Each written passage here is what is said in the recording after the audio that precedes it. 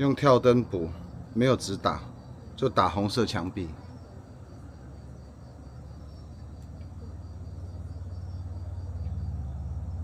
所以呢，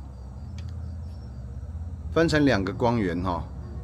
探险的话，建议你一个光源打背景，另外一个光源专门补人，让它的光线能够有一个协调性，不要太突出。譬如你这样补人，补人的话呢，你的背景呢，你补人跟补环境的光同一个的话，就会造成背景全黑。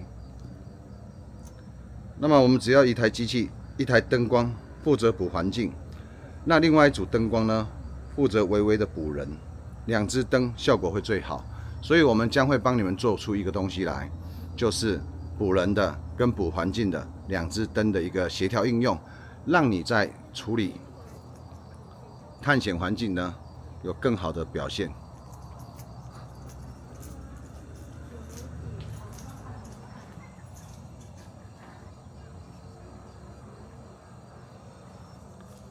这样看懂了吗？差非常的多，好吗？